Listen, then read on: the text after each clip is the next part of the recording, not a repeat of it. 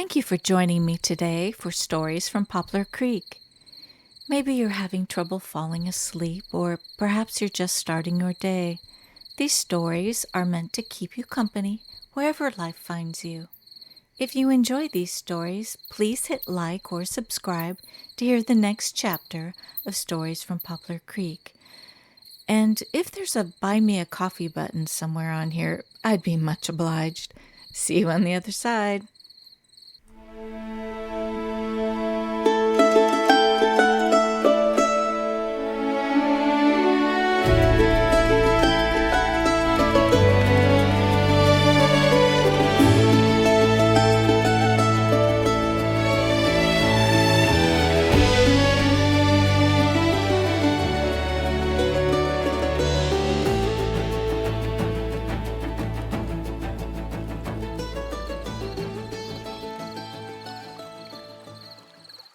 Chapter 1, Heartbreak and New Beginnings. Dear Fred and Edwin, Poplar Creek is much as you left it. Spring came early, the wash of green came sudden. It's as if the ground is trying to cover last year's losses. I've set the cornerstones and started the beams on the new house. By your reckoning, you'd say the house was 3/4 done, though there's nothing to keep the weather out. I sleep in the lean-to and wake up with snow for a blanket some mornings. I think on Rose. The little birch tree we planted by our place has buds already, and the wildflowers are starting to push up. Well now, you'll want news of Abigail. She's to marry Joseph Goodwin, and I suppose I should have seen it, or at least seen that it wasn't to be me. He's got the world figured out and doesn't waste time on doubt. There's no ill will. It occurs to me that I only ever concerned myself with what I wanted and never once asked Abigail what she wanted. She's not made for Poplar Creek, I see that clearly now. Only that sometimes I wish I could have given her more or said something different. You know how it is. So I work, I sleep, and I have my books for company. Tell me of the rivers, Fred. Tell me if they're really as big as they say. Edwin, did you ever teach yourself the violin like you threatened? I miss you both every day. Write soon. Your loving brother, James. James stared at the last sentence until the words blurred in the uncertain candlelight, then blotted the letter and folded it with deliberate care, the way his mother had taught him. The wax seal was his own invention, a sprig of poplar bark pressed into the hot red, a mark for the house that was only bones. Outside, a sudden gust rattled the canvas. James stood, the joints of his knees cracking. He shrugged into a mended wool sweater and peered through the oiled window. The house's unfinished timbers caught the starlight and threw it down at odd angles. He could almost see the outline of the kitchen and the rooms he'd mapped in his mind. He wondered, not for the first time, if his brothers would recognize him now. He wrote as if he was the same, as if nothing had broken in the hinge between boy and man. But he knew better. Even his face in the small shaving glass told a different story. Gray eyes, darker than before, the mouth set in lines that even sleep did not erase. His shoulders were filling out like his brothers had at that age, and the legs of his trousers sat higher. He rose again, restless, and shuffled back to the table. The candle had nearly burned itself out, pulling wax onto the board. He trimmed the wick and found another sheet, thinking he might try a letter to Rose this time. Dear Rose, it's not so quiet here as I once believed. The creek sings in the dark, and the wind has a dozen voices. Sometimes I think I hear yours. Oh, there's a new teacher in Poplar Creek, and I think you'd like her. She's very clever and pretty. I'm sorry that I couldn't care for you better. I'm glad you don't have to see what's become of me, but I wish you'd stayed just the same. Your loving brother, James.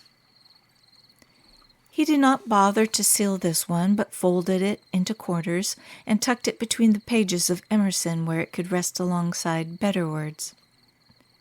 He stretched out on the cot, wrapped the blanket around his shoulders, and drifted into the first dreamless sleep he'd had in weeks. The horse knew the way to the town and back. James let the reins sit loose in his hands and drifted into a half-sleep, the soft jounce of the wagon more soothing than any comfort to be found at the lean-to. The sky unfolded, slow and extravagant, a pale blue with thin ribbons of fading mist. He watched as the earth began to lean green and bright again, shoots of calamint and wild mustard fighting back up through the rusted earth. The muddy tracks squelched and fanned into the slow grade toward Poplar Creek's western edge. The sun nudged at his back and the town was just out of view, but the ring of the school bell greeted him, punctual and full of kind memories. He turned the horse up the side path to the mill and braced himself against an expectation of awkward kindnesses. The people of Poplar Creek were well aware of Abigail's transfer of affections, as they called it delicately. It was just past noon when James finished unloading. The men at the mill would stop for dinner soon, so he headed for the tree that had been his favorite when he was a kid. It promised sturdy branches and peace. He settled in and took out a biscuit and a new book from his satchel. The sound of laughter from the school children floated toward him. Miss Turner was teaching a lesson by the creek. Her skirt fanned out around her as she crouched, so the littlest ones could see the abandoned nest she had found. James smiled. He ate his meal and settled back into the pages of his book. His awareness suddenly prickled, and James found a pair of magnificent eyes staring up at him. "Well then," Miss Turner said seriously. "Ma'am?" murmured James, confused. "You can drop the ma'am," she replied, a small smile lighting her eyes. "And what are you reading, Mr. Alder, James Alder, Miss Turner?" "Children, gather here, please," her voice rang. "I found a very large bird, and it talks." A roar of laughter erupted when the children spied James in the tree. "Come sit. Mr. Alder is going to read to us." I'm what?" James sputtered, laughing. "And what are you reading us today, Mr. Alder?" "It's a new book, Miss Turner. It's called The Count of Monte Cristo." Miss Turner laughed, a rich, unapologetic laugh. "That, Mr. Turner, is perfection, from what I understand," she said knowingly. Miss Turner's eyes crinkled at the corners as James narrowed his own, sunlight dappling their faces through the shifting leaves above. James was thrown by her candor, but found it a refreshing change from the steady diet of pitying looks. The pages of his book fluttered slightly in his loosened grip. The children settled cross-legged on the grass below, their curious faces tilted up like a garden of expectant sunflowers. James laughed at the ridiculousness of his situation, and for the first time felt his shoulders and chest soften. "I have a better one for today." James pulled another book from his satchel. He shifted to get comfortable and began to read, some of the older children gathering the branches around him. Helen watched James push his dark, wavy hair out of his eyes and relaxed into the sound of his voice, as easy as her favorite chair. "I hope you're not afraid," he teased the children, "for there are pirates." The children laughed. Treasure Island, Chapter 1.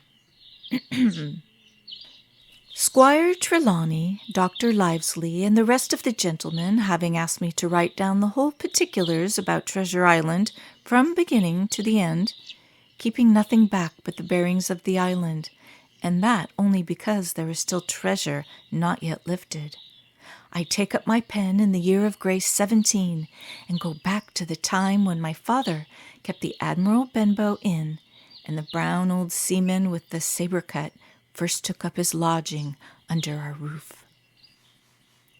Helen Turner smiled as she watched the backs of the children heading home, their songs and chatter punctuating the end to a perfect day.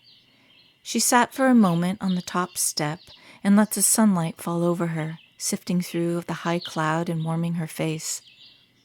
She gathered her things and started for home to prepare supper.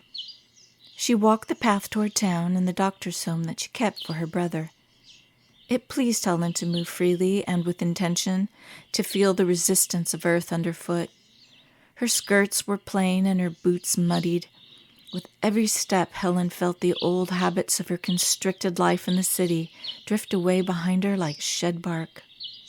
Isaac was seeing to a broken arm, and Helen enjoyed the quiet to keep her thoughts as she gently pressed biscuit dough into shape. The people of Poplar Creek had opened their arms to her and her brother.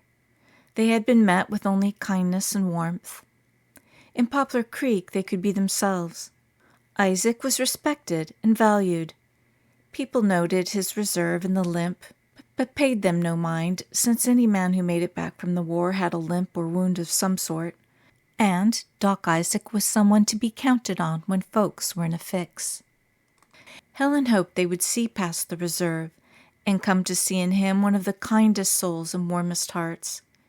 It was more than his leg that had been injured in the war, but he was a fiercely loyal brother who respected Helen's mind and capabilities. Isaac seemed to be more at ease, smiling more often and at home with a sort of peace. Helen was in turns Miss Turner, Miss Helen, or sometimes the clever new teacher and Doc Isaac's sister. And, of course, the men of town were attentive, as they would be to any new woman in town.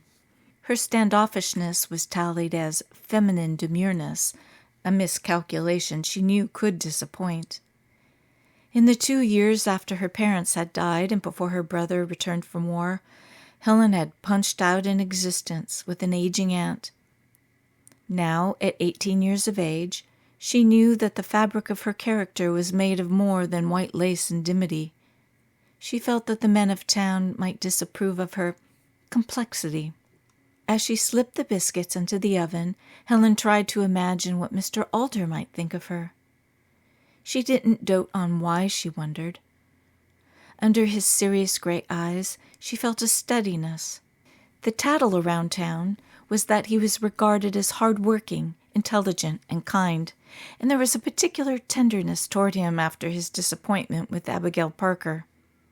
It did the town folk credit that they would feel sympathy, but it seemed to Helen that Abigail was better suited for the energy of a city. Helen put some coffee on to brew, then set out a table of biscuits and butter, salad and greens. With a fresh cup of coffee, Helen pulled out a book and waited for her brother to come home for supper. Dusk settled over James's homestead as he finished his evening chores. He saw to the horse, then warmed a supper of beans, pork, and biscuits. He stretched out onto his bedroll, feeling the tightness in his back ease. He enjoyed the certainty that today had been one of those perfect days. He knew it offered the kind of sweetness that he could conjure to warm his thoughts should a day seem grim. He slept in gratitude and peace, and the memory of Helen's smile. It was a smile a man would go a long way for, a very long way. By the end of May, Poplar Creek's fields bristled with new oats, and the wild mustard was a glory of yellow along every fence line. The town itself steamed gently, and the soft mud of Main Street was alive with footprints, hoof marks, and the sound of geese. James came in from the west along the river track. He was in need of nails and a new grindstone for the sharpening wheel. The wagon pitched with every rut as daylight curled up and over the low hills. He wore his best hat, less out of respect for town than to keep the sun from nipping at his ears, and made a point to wipe the mud from his feet before stepping into the mercantile. As James stepped through the door, he caught sight of Miss Turner leaning over the counter, her head bowed in conference with Evelyn Goodwin. The two women made an odd but companionable pair, Evelyn animated, Miss Turner calm and composed, though her brow was furrowed with concern. James hesitated on the threshold. He considered turning back, but Evelyn spotted him immediately. Her whole body seemed to brighten at the prospect of making some new arrangement. Evelyn, skilled at making the most of resources, saw the opportunity to solve two problems at once. "Of course, Miss Turner, this is providential," she exclaimed. Helen looked confused, and James regretted not having made his escape, but curiosity kept him anchored to the spot. "We were just discussing a conundrum, James," Evelyn said, drawing him in. Evelyn ushered him forward with a sweep of her hand, forcing a place at the counter between a shipment of flour sacks and a crate of coffee. Miss Turner straightened. "I don't understand," said Helen and James at once. Evelyn continued. "Dr. Turner requires Miss Turner's nursing assistance at the most serious situation. One of the hands out at the Carsons' ranch has a leg that needs to be reset. Poor man," Evelyn pressed on. "And that has left us in something of a bind for tomorrow's lessons. Isn't that so, Miss Turner?" Helen did not see where this was going. "Of course, Mrs. Goodwin, Miss Turner," said James. "I'm happy to take the class." "You would teach my class tomorrow?" Helen asked, still trying to picture the situation. "Happy to," said James. "Do you doubt my ability, Miss Turner? Maybe you think a farmer isn't capable," James teased gently.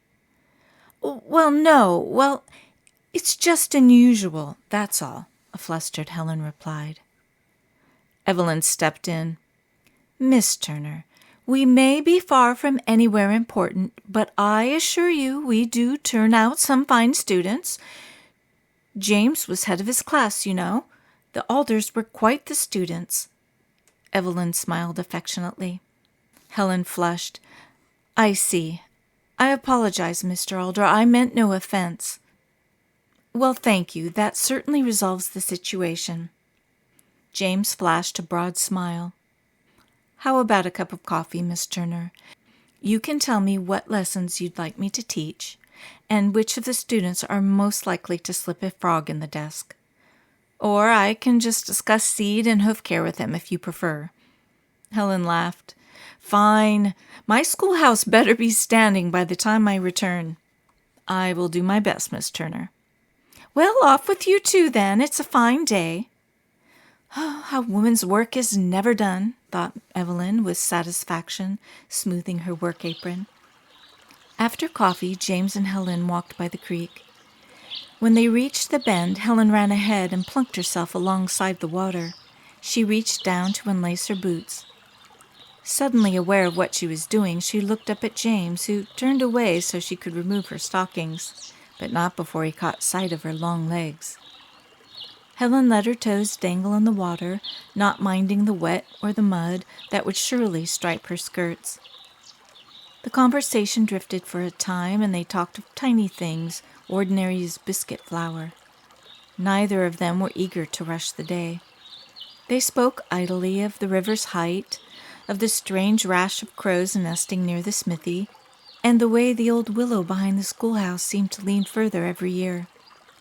Helen asked about his growing up in Poplar Creek. With every small exchange, James felt his own edges soften. He noted the freckles on Helen's nose and wondered if this morning felt as easy as it did to him. "So the elder boys were the teacher's favorite," Helen teased. "We did well, but had our share of mischief. Rose was the favorite." "Rose, you had a sister?" Helen asked, shifting down on her stomach with her chin in her hands. James nodded, then came down to one elbow on the grass next to Helen. "Rose, quick to laugh and kind-hearted," he laughed. "But she could be a handful. We lost her 6 years ago now. She was 12. It's never—" James trailed off. "How could it be?" Helen finished. Helen watched the profound pain in his eyes, but just held the silence. She turned on her back and gazed at the clouds. James joined her, and they lay quietly feeling the breeze. James turned his head toward Helen. "Thank you, Helen. Thank you for hearing her name. It feels good to speak it. Thank you for telling me about her, James." "Do you like Poplar Creek?" James asked Helen, not realizing how much her answer really meant to him. "Yes, very much. It's a soft place, and I see Isaac smiling more often. I think we've both found purpose and place. Those years when he was gone were very difficult." Helen found the words she had never spoken tumbling out. James listened gently. She suddenly caught herself and looked apologetically at James.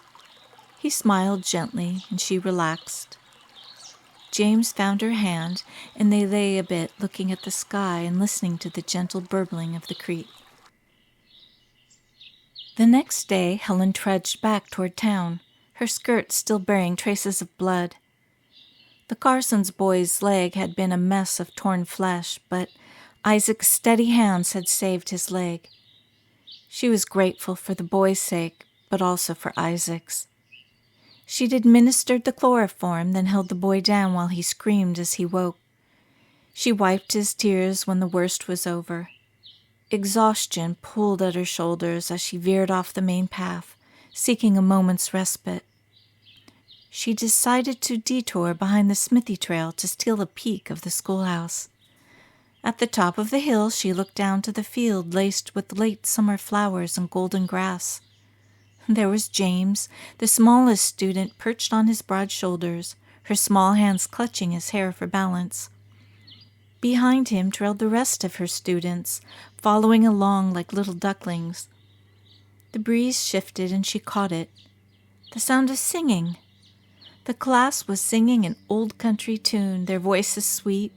James's tenor floated up, rich and tender. Something inside of Helen's chest unfurled, and she knew in that instant where her heart lay. Tears streaked her face. That evening, as she and Isaac sat to supper, Isaac caught the softness of Helen's voice.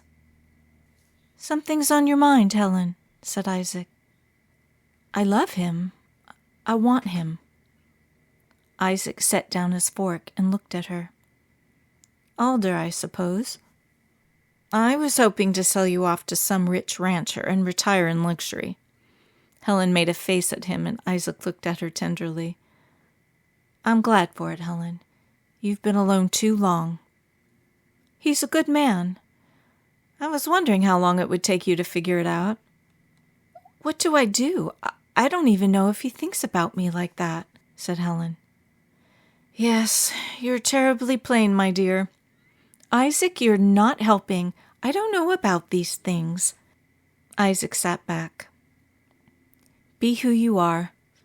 Speak honestly to him at all times. And kiss him." "And kiss him." "Do you ever think of taking a wife, Isaac?" Isaac wrinkled his nose. "I've seen several young ladies blush when you walk by," Helen persisted. "They are all pretty and fresh. They don't deserve the burden of a man with—" and he pointed vaguely to his head. Helen knew the cost he bore. She heard his sleeping terrors and ached for him. "I think you need to let the woman decide what she will and will not be happy with. But perhaps you're right. There's the widow McCarthy, a woman of maturity. Hair on a mole on her chin, but very large bosom." "Big-bosomed, you say?" chuckled Isaac. "I'll think on it." You won't leave, will you?" Helen asked, her eyes turning to worry. "I couldn't bear it. Where you are, I am, old girl. I promise," Isaac said, touching her cheek. Crisp, golden mornings and the first hints of autumn found their way into Poplar Creek.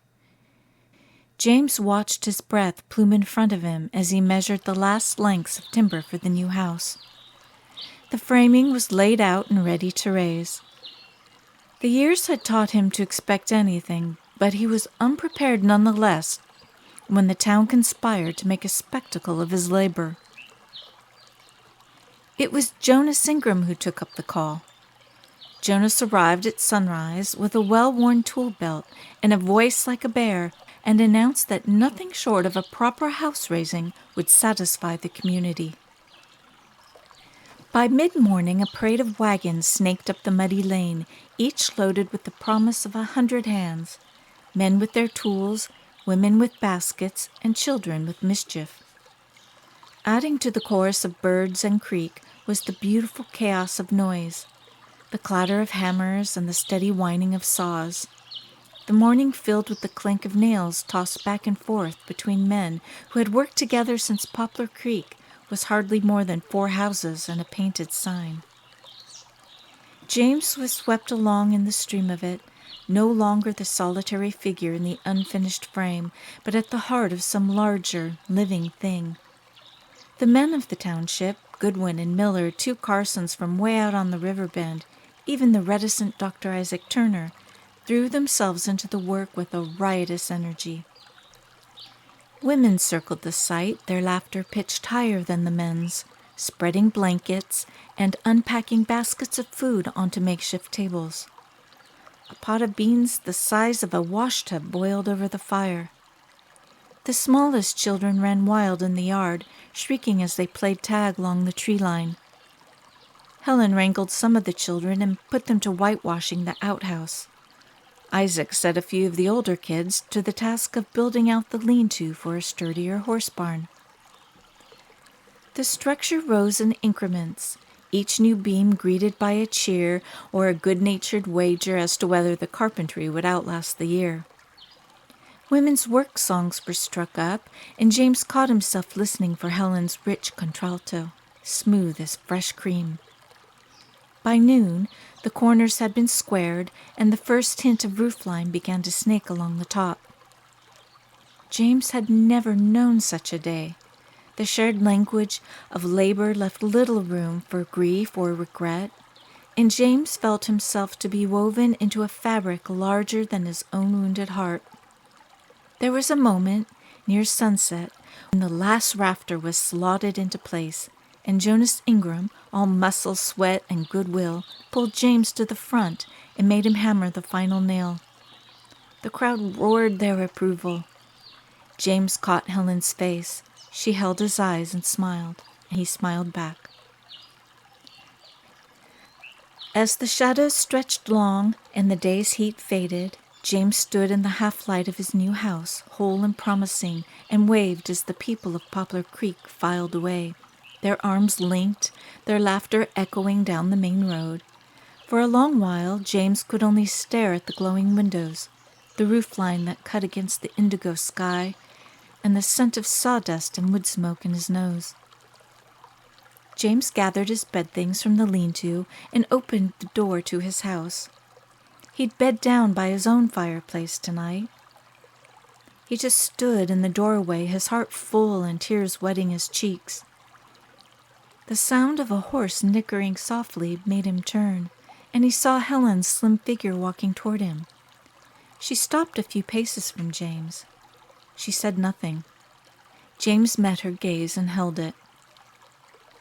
He reached her in 3 steps, stopping inches from her. "Helen, are you all right?" She nodded. "Why are you here?" he asked huskily. Helen said nothing, but she lifted her eyes to him and touched his tears. Her gaze lingered at his mouth and then back to his eyes. His arm swept around her waist, and he pulled her to him and kissed her. Her fingers laced through the waves of his hair, and she pulled him closer.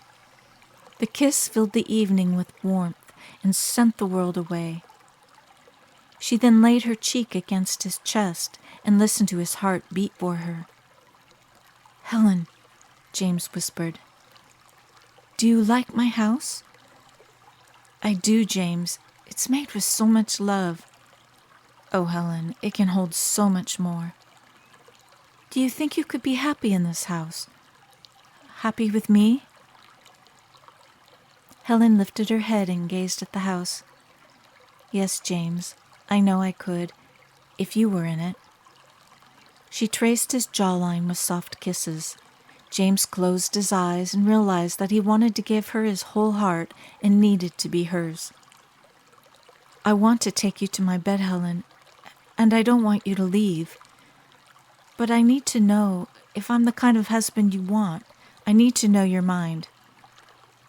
Helen smiled. "I need the kind of husband who wants to know my mind. I want you to take me to your bed, James, and I don't want to leave." James took her face in his hands and kissed her tenderly. Standing there in the cool of the evening, her hands reached under his shirt and found the warmth of his chest, and she caressed it. Heat and hands and the hunger of youth and 1,000 lonely nights ignited. James groaned and his kiss deepened. His hands found Helen, and he traced the shape of her, leaving her breathless. The stars emerged, and the night became cold. James held Helen until he felt her trembling calm. "I'll see your brother in the morning," James breathed into her hair. "I best see you home now before... It will be very hard to leave you tonight," Helen whispered. "Can I ask you to promise me something, Helen?" She nodded. "Promise me that you will always tell me true, and tell me what you want and what you need." "Oh, I have a few ideas," teased Helen. "I'm getting you home now." Dear Fred and Edwin, autumn brings with it full news from Poplar Creek. I count myself a fortunate man. My house stands ready for the season, strong walls, a generous fireplace, and a wife with a smile that could melt any winter.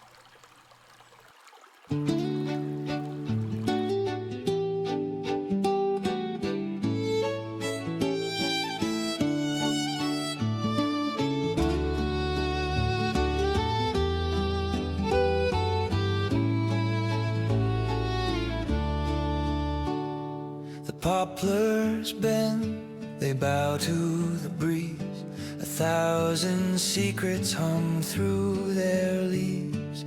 I sit and wonder, just me and the sky, why they whisper and why they sigh. Oh, poplar trees, what do you know? The winds that come, the winds that go. Do you hold the dreams of those long gone, or cradle the words of a forgotten song?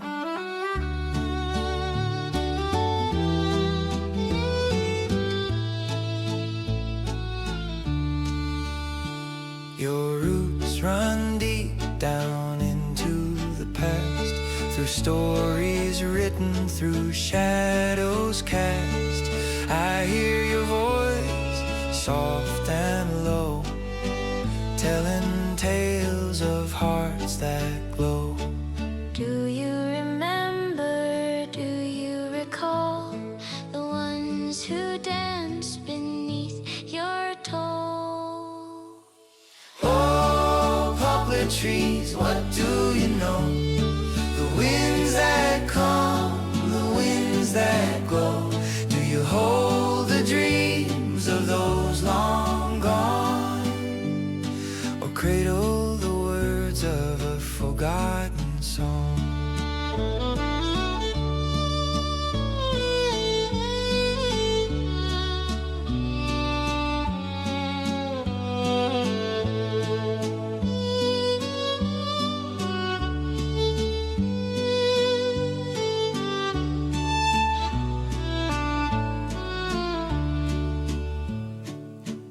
Voices rise, sweet and clear, children laughing, love draws near. The fiddle weeps, the guitar hums, the past and present softly strum. Oh, poplar trees, what do you know? The winds that come, the winds that go. Do you hold the dreams of those long gone, or cradle the words of a forgotten song?